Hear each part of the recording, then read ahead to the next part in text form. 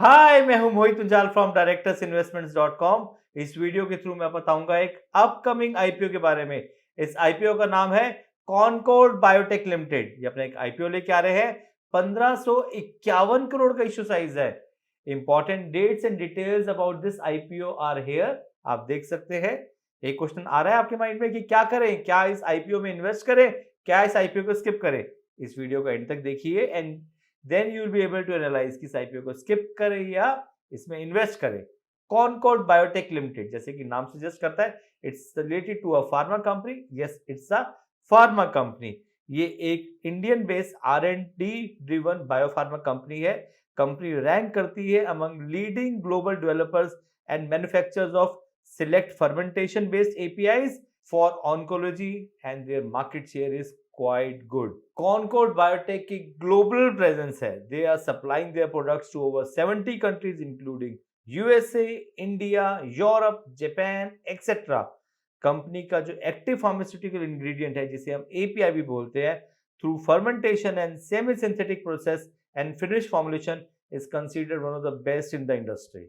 They started with a single product and आज ये एक वाइड स्पेक्ट्रम सॉल्यूशन प्रोवाइडर है। कॉनकोड मैन्युफैक्चर करता है fermentation and semi synthetic based products in therapeutic segments such as antibacterial, oncology, antifungal and others. Their wide range of product has attracted customers across the globe. Concord also has a very robust pipeline of products under development. So Concord is one of the leading brand, especially in API segment.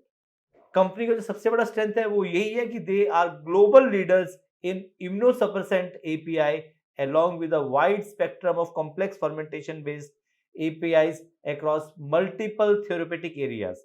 और multiple therapeutic areas में आपको पता है, मैंने oncology है, antibacterial है, etcetera. They have scaled manufacturing facility with a consistent regulatory compliance track record and supported by strong R&D capabilities. They also have diversified global customer base with long-standing relationship with key customers। ये एक बहुत बड़ा point है कि उनके customers हैं and they have a diversified global customer base. तो कहीं ना कहीं वो आपको इम्पैक्ट नहीं करता है अगर आपको एक कस्टमर आपको बिजनेस नहीं देता। They also have got a very strong experience promoter team, management team and they also have got some very good marquis investors। Financial track record of company is also quite good. They have a strong growth and consistent profitability with healthy cash inflows and strong shareholder return। ये तो हो गए company के strength. Company के जो risk है वो ये है आपके सामने। एक रिस्क जो इन्होंने भी फेस किया है वो ये है कि during the time of corona इनका जो सप्लाई था that got impacted because of import and export got banned. तो उनका इनकी प्रॉफिटेबिलिटी पे इम्पैक्ट आया।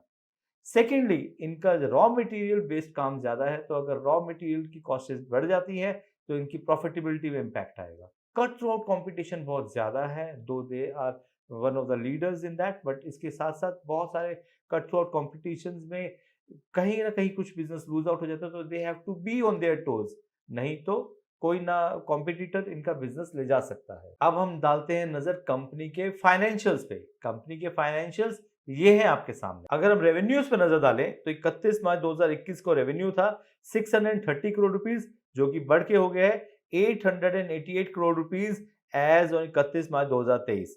प्रॉफिट आफ्टर टैक्स था 234 करोड़ रुपीस, जो कि कम हुआ है in 31 March 2022 to 174 crore rupees, but it has again bounce back to 240 crore rupees as on 31 March 2023।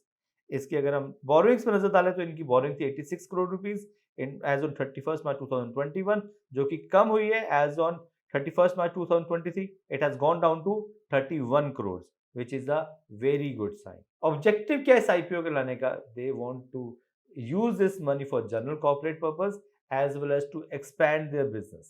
So again that is also used in the right direction। क्या करना चाहिए? क्या इस आईपीओ में इन्वेस्ट करना चाहिए?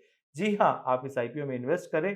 Keep this money for long term. Listing gains मिल सकता है, I can not deny on that, but definitely आप इस आईपीओ में इन्वेस्ट करें एंड इसे लॉन्ग टर्म के लिए रखें।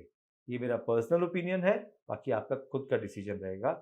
आप मेरे साथ इन सोशल मीडिया प्लेटफॉर्म पे जुड़े रह सकते हैं, जहां मैं आपको रेगुलर अपडेट देता रहता हूं about different IPOs, stocks, SIPs, mutual funds etcetera.